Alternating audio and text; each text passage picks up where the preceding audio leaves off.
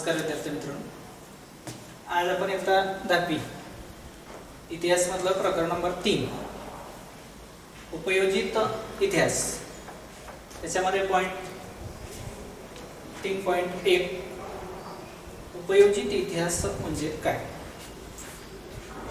तर सर्वसामान्य विचार जर केला तर उपयोजित इतिहास म्हणजे काय याची जर व्याख्या केली तर किंवा एक संज्ञा याच्यासाठी एक शब्द वापरला गेला आहे आणि तो म्हणजे जनांसाठी इतिहास किंवा पब्लिक हिस्ट्री। आता पब्लिक हिस्ट्री किंवा जनांसाठी इतिहास म्हणजे काय तर लोकांचा इतिहास किंवा लोकांसाठी इतिहास।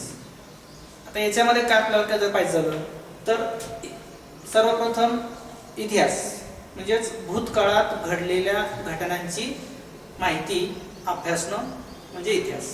आता भूतकाळातल्या घटनांचा अभ्यास का करायचा हे उपयोजित इतिहासामध्ये आपल्याला सांगितलं गेलेलं आहे। तर भूतकाळातील घटना संबंधीचे ज्ञान आपल्याला इतिहासाच्या द्वारे प्राप्त होते आणि या ज्ञानाचा उपयोग म्हणजे भूतकाळातलं ज्ञान आपल्याला आत्मसात का करायचं आणि याचा उपयोग आपल्याला काय होतो तर त्या ज्ञानाचा उपयोग वर्तमान काळ आणि भविष्य काळातील लोकांना कसा होईल याचा विचार उपयोजित इतिहासामध्ये केला गेलेला आहे। म्हणजे भूतकाळातील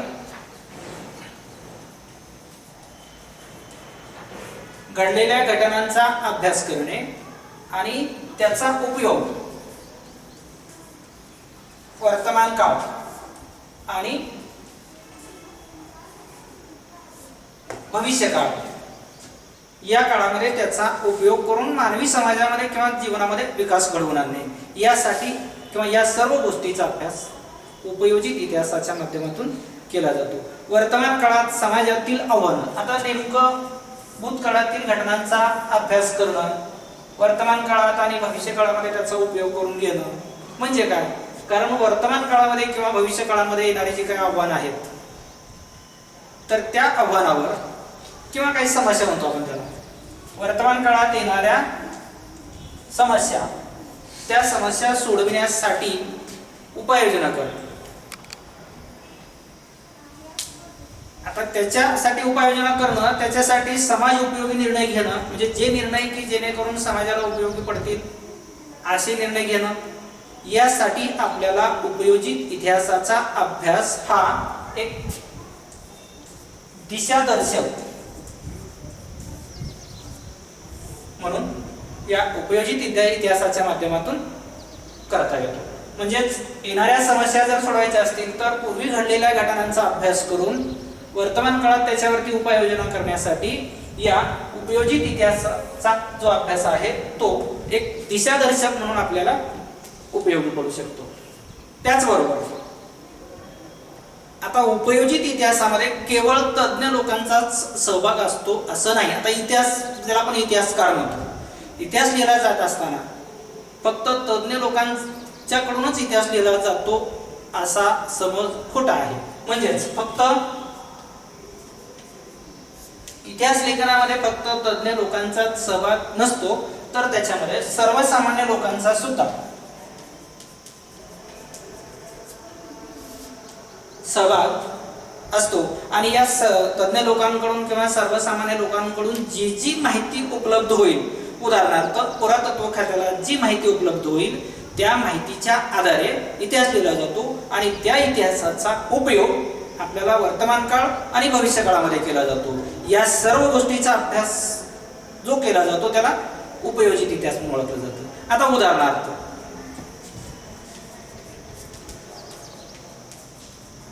संग्रहालय। आता संग्रहालयामध्ये काय असतं वस्तू संग्रहालय आहे। वस्तू संग्रहालयामध्ये काय असतं तर पुरातत्व खात्याला सापडलेल्या उत्खननामध्ये सापडलेल्या ज्या ज्या प्राचीन काळातल्या वस्तू या संग्रहालयामध्ये संग्रहित केल्या जातात आणि या वस्तूंचा उपयोग वर्तमान काळातील लोकांना कसा करून घेता येईल किंवा काही प्राचीन स्थळ आहेत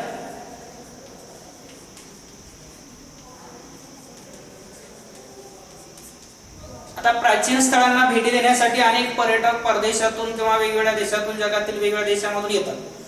पर्यटनाचा उपयोग काय किंवा या पर्यटनाचे फायदे काय आहेत, तर एका ठिकाणचा व्यक्ती ज्यावेळेस दुसऱ्या ठिकाणी पर्यटक म्हणून किंवा पर्यटनासाठी जातो त्यावेळेस त्या ठिकाणी असणाऱ्या वेगवेगळ्या जी स्थळं आहेत त्या स्थळांना भेटी देतो आणि त्या भेटी दिल्यानंतर त्या ठिकाणी तो प्रवास वर्णन लिहितो आणि प्रवास वर्णनातून काय होऊ शकतं की त्याचे जे विचार आहेत किंवा तो ज्या शहरामध्ये राहत असेल, तो व्यक्ती ज्या गावामध्ये राहत असेल आणि जर त्याच्या आजूबाजूला एखादं ऐतिहासिक स्थळ असेल तर त्या स्थळाचं जतन करण्याची, संवर्धन करण्याची एक मानसिकता, एक भावना त्याच्यामध्ये मनामध्ये निर्माण होते आणि त्याच्यामुळं इतिहासाचा जो एक अमूल्य ठेवा भूतकाळात घडलेल्या घटनांचा तो ठेवा जतन करण्यासाठी आपल्याला या उपयोजित इतिहासाचा अभ्यास उपयोगी ठरू शकतो. अशा पद्धतीनं पॉईंट नंबर 3.1 उपयोजित इतिहास म्हणजे काय, थोडक्यात एवढं सांगायचं आहे की भूतकाळात घडलेल्या घटनांचा अभ्यास करून वर्तमान काळ आणि भविष्य काळामध्ये त्याचा चांगल्या पद्धतीने उपयोग करून घेणं यालाच थोडक्यात पब्लिक हिस्ट्री किंवा जनांसाठी इतिहास म्हणून ओळखला जातो. तर याच्यावर आपल्याला मित्रांनो एक 2 मार्कासाठी प्रश्न विचारला जाऊ शकतो. 25 ते 30 शब्दात 25 ते 30 शब्दात उत्तरे द्या. अशा पद्धतीनं एक तुम्हाला प्रश्न विचारला जातो आणि 2 मार्कासाठी तो प्रश्न विचारला जातो. जनांसाठी इतिहास किंवा पब्लिक हिस्ट्री ही संकल्पना स्पष्ट करा. म्हणजे याच्यावर तुम्हाला संकल्पना स्पष्ट करा अशा पद्धतीनं 2 मार्काचा प्रश्न या ठिकाणी विचारला जातो. त्याच्यानंतर आपल्याला पाहिजे पॉइंट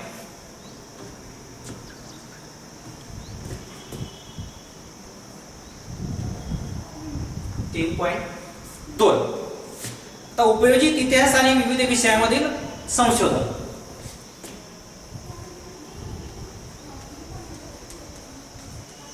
उपयोजित इतिहास आणि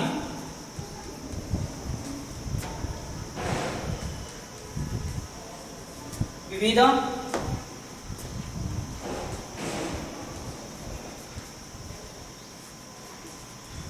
विषयामधील संशोधन.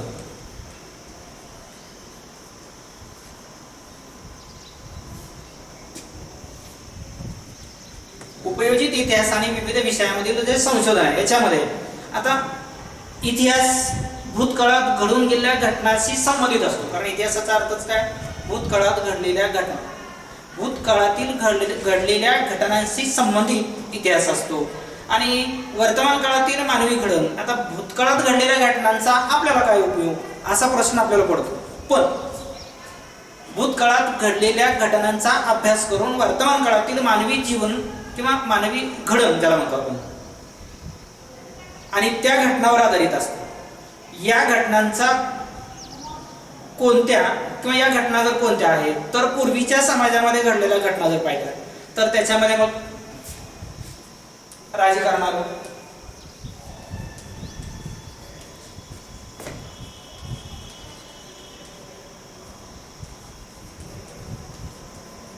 समाजकारण म्हणजेच राजकारण, सामाजिक, धार्मिक किंवा ज्याला आपण राजकारण किंवा सामाजिक आणि राजकीय संघटना. समाजामध्ये वेगवेगळ्या संघटना आहेत, राजकीय गट आहेत, धार्मिक गट आहेत, सामाजिक गट आहेत. या सर्व गटांचा अभ्यास आपल्याला या उपयोजित इतिहासाच्या माध्यमातून करता येऊ शकतो. आता त्याच्यामध्ये जर वेगवेगळ्या पद्धतीने पाहिलं तर नंबर 1 आहे तत्वज्ञान. जे वेगवेगळे विषय आहेत किंवा वेगवेगळ्या विषयामध्ये जे संशोधन केलं जातं त्याच्यामध्ये तत्वज्ञान, तंत्रज्ञान, विज्ञान या क्षेत्रात घडलेल्या घटना, प्रत्येक क्षेत्राचा इतिहास वेगळा असतो. आता समजा समाजामध्ये वेगवेगळे गट आहेत, या प्रत्येक गटाचा इतिहास किंवा वेगवेगळ्या ज्या पद्धती आहेत या प्रत्येकाचा इतिहास हा वेगळा असतो आणि त्याचे ज्ञान संचय हे सुद्धा वेगवेगळे असतात आणि त्या ज्ञानसंचयाच्या जोरावर आपल्याला त्या क्षेत्राची दिशा वेगळी असते. त्यामुळे अनेक विषयाच्या संशोधनात इतिहासाची संशोधन पद्धती ही उपयोगी ठरू शकते. आता याच्यामध्ये आपल्याला काही एक 7 पॉईंट पाहिजे थोडक्यात. त्याच्यामध्ये नंबर 1 आहे तत्वज्ञान. आता तत्वज्ञान लिहिणाऱ्याला किंवा तत्वज्ञान मांडणाऱ्याला काय ओळखलं जातं, तर उदाहरणार्थ तत्ववेत्ता, विविध विचारसरणीचा उगम, त्यामागील वैचारिक परंपरा आणि त्या विचारसरणीच्या वाटचालीचा इतिहास समजून घेणं हे आवश्यक आहे. त्यासाठी तत्वज्ञानाचा इतिहास अभ्यासावा लागतो. तसेच तत्वज्ञान समजून घेताना ते तत्वज्ञान ज्या भाषेमध्ये लिहिलं गेलं, समजा एखाद्या व्यक्तीनं तत्वज्ञान लिहिलं, पण ते तत्वज्ञान त्या व्यक्तीनं कशासाठी, त्यानं कोणत्या पद्धतीनं तत्वज्ञान मांडलेलं आहे, त्याचबरोबर त्या तत्वज्ञानाचा इतिहास समजून घेत असताना ते जर तत्वज्ञान आपल्याला योग्य पद्धतीनं जर आपल्याला समजून घ्यायचं असेल तर ते तत्वज्ञान ज्या भाषेमध्ये मांडलं गेलेलं आहे त्या भाषेचा इतिहास सुद्धा अभ्यासावा लागतो.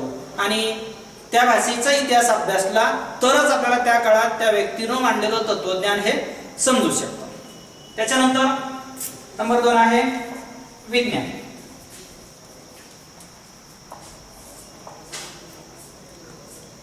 आता विज्ञान या क्षेत्रामध्ये जर पाहिलं तर त्याच्यामध्ये सगळ्यात सुरुवातीची बाब जर पाहिली तर वैज्ञानिक शोध आणि सिद्धांत, म्हणजे वेगवेगळ्या पद्धतीनं जे वैज्ञानिक शोध निर्माण केले जातात किंवा वेगवेगळ्या पद्धतीनं सिद्धांत मांडले जातात. मग हा एखादा वैज्ञानिक शोध केव्हा लागला, तो शोध का लावला याचा जर विचार केला, कारण वैज्ञानिक शोधामध्ये जर विचार केला वैज्ञानिक शोध केव्हा लावले जातात, तर त्याच्यामध्ये एक प्राचीन इतिहासामध्ये आपल्याला पूर्वी एक चक्र होतं. त्याच्यामध्ये गरज, त्याच्यानंतर प्रयत्न, त्याच्यानंतर समाधान आणि नवी गरज. या पद्धतीनं प्राचीन काळामध्ये किंवा प्राचीन इतिहासामध्ये एक चक्र दिले, कारण गरज ही शोधाची जननी मानली जाते. प्रत्येक व्यक्तीला जन्मापासून मरेपर्यंत वेगवेगळ्या गरजा निर्माण होतात आणि प्रत्येक व्यक्तीची एकच गरज नाही, अनेक गरज आहेत. एक गरज पूर्ण झाली की आपण आपल्या समोर दुसरी गरज निर्माण होते. मग या गरजा ज्यावेळेस गरज निर्माण होते त्यावेळेस व्यक्ती काय करतो, ती गरज पूर्ण करण्यासाठी प्रयत्न केला जातो. प्रयत्न केल्यानंतर ती गरज पूर्ण होते, पण म्हणजेच काय झालं, गरज निर्माण झाली, प्रयत्न केले, त्या गरजेपुरतं समाधान झालं, पण याच्यातून नवी गरज निर्माण होते. आणि हे चक्र जे आहे मानवाच्या जीवनामध्ये जन्मापासून मरेपर्यंत, ज्याला अखंड म्हणतो आपण, हे चालणारं चक्र आहे. आणि या पद्धतीनं विज्ञान या क्षेत्रामध्ये जर विचार केला तर ज्यावेळेस आपल्याला गरज निर्माण होते त्यावेळेस जी गरज पूर्ण करायची आहे त्याच्यासाठी संशोधन करण्याचे प्रयत्न सुरू केले जातात किंवा प्रयत्न करून ती गरज पूर्ण करण्याचा प्रयत्न केला जातो. आणि या गरजेतूनच जे समाधान निर्माण होतं त्यासाठी अस्तित्वात असलेल्या वैज्ञानिक शोधाचा उपयोग केला जातो. मग याच्यासाठी काय केलं जातं, पूर्वीच्या लोकांनी केलेलं काही संशोधन असेल त्याचा विचार केला जातो, त्यासाठी अस्तित्वात असलेल्या वैज्ञानिक शोधाचा उपयोग केला जातो. आणि या शोधामागील कारण, मग समजा एखादा वैज्ञानिक शोध लागलेला असेल तर त्याचं कारण शोधलं जातं आणि त्या कारणामागे असणारी जी परंपरा आहे ती शोधली जाते. तो शोध केव्हा लावला त्याचा कालक्रम शोधला जातो. आणि या सर्व गोष्टीचा जर आपल्याला अभ्यास करायचा असेल तर तो अभ्यास आपल्याला उपयोजित इतिहासाच्या माध्यमातून उपयोगी पडू शकतो. त्याच्यानंतर तंत्रज्ञान, तत्वज्ञान, विज्ञान आणि तंत्रज्ञान. आता तंत्रज्ञान म्हणजे काय आलं, मानवाच्या उत्क्रांतीपासूनचा जर विचार केला, निसर्गाची निर्मिती असेल, मानवाची निर्मिती असेल, मानवाच्या विकासाच्या अवस्था असतील, मानवी जीवनामध्ये होत गेलेला बदल असेल, याची कारणं जर शोधायची असतील तर आता त्याच्यामध्ये उदाहरणार्थ कृषी उत्पादन,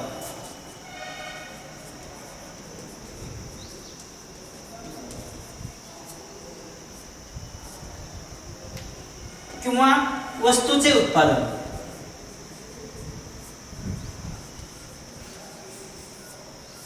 किंवा अभियांत्रिकी,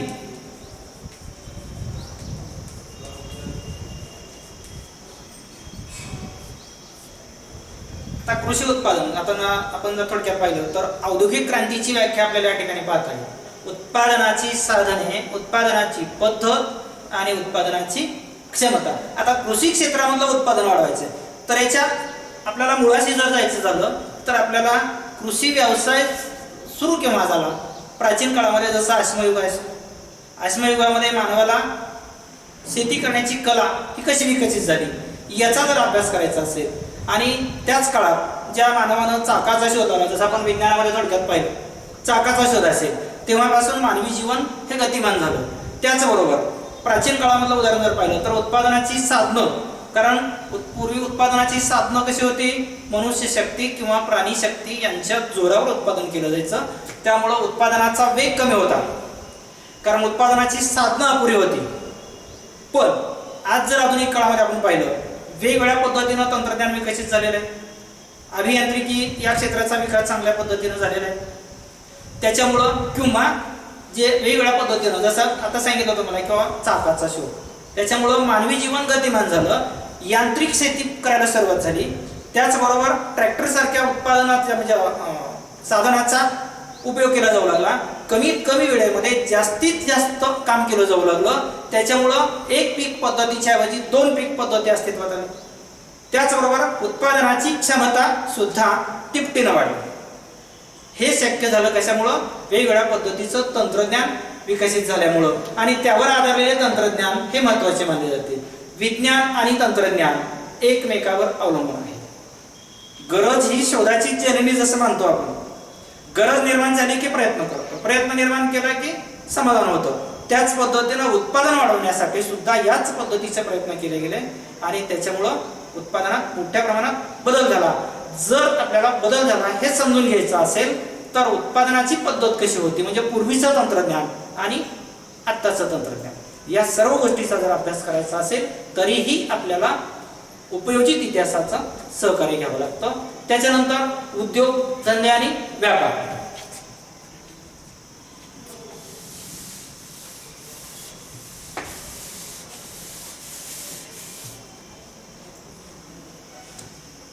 नंबर 4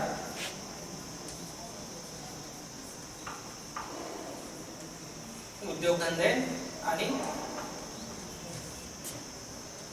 व्यापार. आता सांगितलं आपल्याला किंवा औद्योगिक क्रांतीमुळे उत्पादनाचा वेग वाढला. आता उत्पादन घेण्याची पद्धत आणि वाढलेलं उत्पादन विकण्यासाठी ज्याला आपण बाजारपेठा म्हणतो किंवा ज्याला आपण व्यापार म्हणतो. उद्योग आणि व्यापारामुळे मानवी समाजातील परस्पर व्यवहाराचं क्षेत्र हे विस्तारतं. आता याच्यामध्ये आपल्याला इथं इंग्रजांचं उदाहरण घेता येईल. 16व्या शतकापासून भारतात इंग्रज आले. त्याचबरोबर त्यांनी येताना व्यापार या हेतूनं आणि आपल्या धर्माचा प्रसार या हेतूनं भारतामध्ये प्रवेश केला. 1498 मध्ये पोर्तुगीजचा असणारा वास्को द गामा हा जलमार्गाने सर्वात प्रथम भारतात आला आणि ज्यावेळेस उद्योगाच्या निमित्तानं किंवा व्यापाराच्या निमित्तानं व्यापारी म्हणून आले आणि राज्यकर्ते बनले आणि त्या पद्धतीनं ते इथं समजा एका देशातून दुसऱ्या देशामध्ये ज्यावेळेस व्यापार आणि उद्योगासाठी लोक येतात किंवा जातात, त्याच्यामुळं काय होतं तर त्या व्यापाऱ्याबरोबर त्यांची भाषा, त्यांची संस्कृती यांचं जाळं पसरतं आणि या सर्वांमागील मानवीय नात्याचे स्वरूप जर पाहिले तर समाज रचना बदलत जाते. आता साधं उदाहरण जर घेतलं भारताचं तर भारताची संस्कृती आणि या भारतीय संस्कृतीवर झालेला पाश्चात्यांचा परिणाम याचा जर विचार केला तर या संस्कृतीमध्ये सुद्धा बदल होत जातो आणि हा संपूर्ण प्रवास समजण्यासाठी सांस्कृतिक घडण, सामाजिक रचना, आर्थिक व्यवस्था इत्यादींचा इतिहास आपल्याला अभ्यासावा लागतो. या सर्व गोष्टीचा अभ्यास करत असताना उपयोजित इतिहास आपल्याला उपयोगी पडतो. त्याच्यानंतर पॉइंट नंबर 5,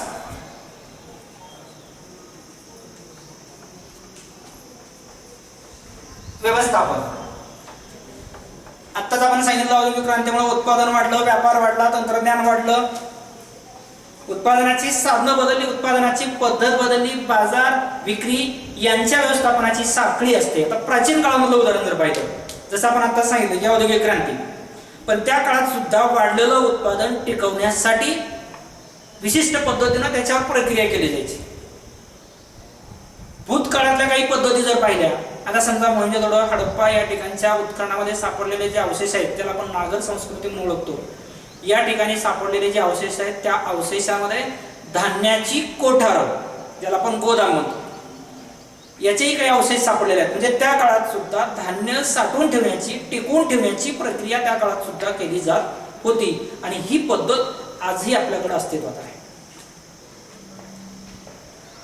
या सर्वांची जर साखळी समजून घ्यायची असेल, भूतकालीन यंत्रणा कशा होत्या, म्हणजे त्या काळात उत्पादन आणि त्याचं व्यवस्थापन कसं केलं जात होतं, याचंही तंत्रज्ञान त्या काळात विकसित होतं, हे सर्व सामाजिक आर्थिक संकटावर अवलंबून असते. आणि याचा इतिहास समजला तर वर्तमान काळात आपल्याला व्यवस्थापन करणं हे सोपं जातं. म्हणजे पूर्वी व्यवस्थापन करण्याच्या ज्या पद्धती आहेत त्याच्यामध्ये बदल करून आता वर्तमान काळ असेल, भविष्य काळ असेल, त्याच्यावर कशा पद्धतीने आपल्याला नियंत्रण ठेवता येईल किंवा त्या व्यवस्थापन कसं करता येईल याचा आपल्याला अभ्यास करता येतो. आणि हा अभ्यास आपल्याला उपयोजित इतिहासाच्या माध्यमातून करता येतो. पुढं कला.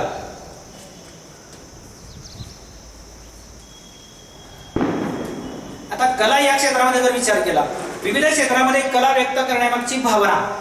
आता एखाद्या व्यक्तीला एखादी कला आत्मसात होते, ती कला आत्मसात करताना किंवा व्यक्त करताना ती व्यक्ती काय करत असते, त्या व्यक्तीची वैचारिकता काय आहे, त्या व्यक्तीची भावनिकता, सांस्कृतिक परंपरेच्या आधारे झालेला विकास समजून घेणं आवश्यक आहे.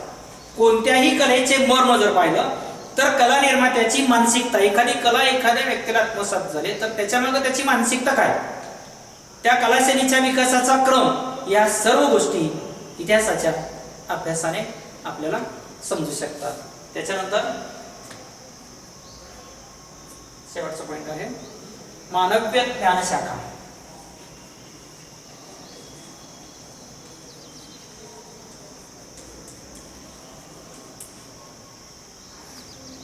मानव्य ज्ञानशाखा, पुरातत्व, त्याचबरोबर समाजशास्त्र, मानवशास्त्र, राज्यशास्त्र, अर्थशास्त्र या ज्ञानशाखांचा उगम आणि विकास यांचा इतिहास समजून घेणे आवश्यक आहे. समजा मानवाच्या उत्पत्तीपासूनचा जर विचार केला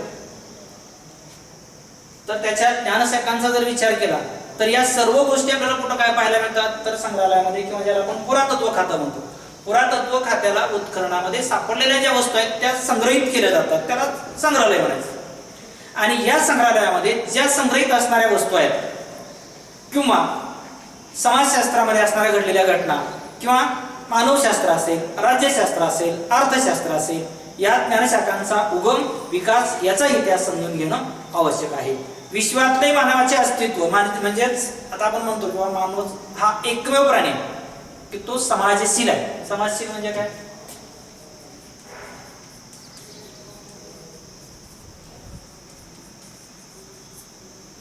तो समाजाशिवाय जगू शकत नाही. एकटा माणूस जर जंगलामध्ये जाऊन जगायचा विचार केला तर तो जगू शकत नाही.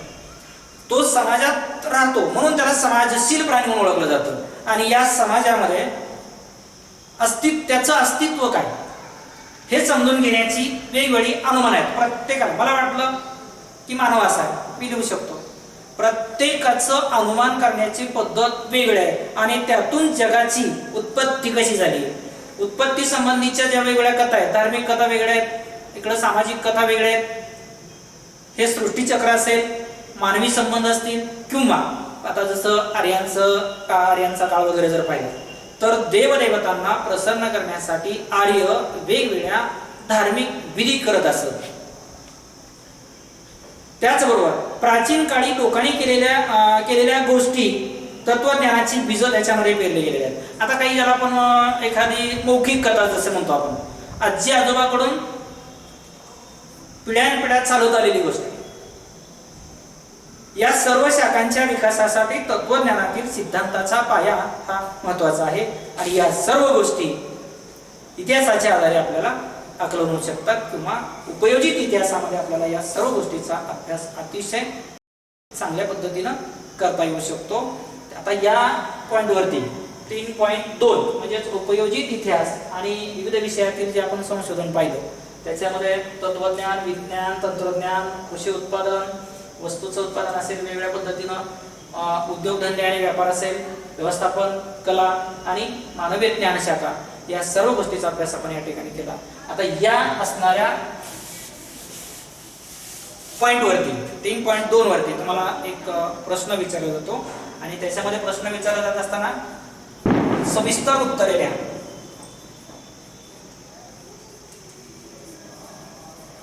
असा 3 मार्कासाठी प्रश्न विचारला जातो.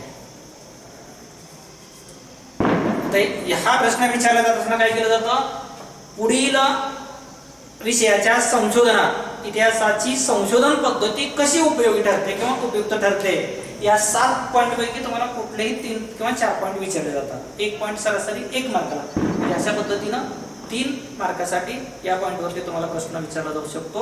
आता याच्यानंतरचा जो राहिलेला पुढचा भाग आहे 3.3 हा याच्या नंतरच्या पुढच्या तासाला आपण घेऊ. धन्यवाद.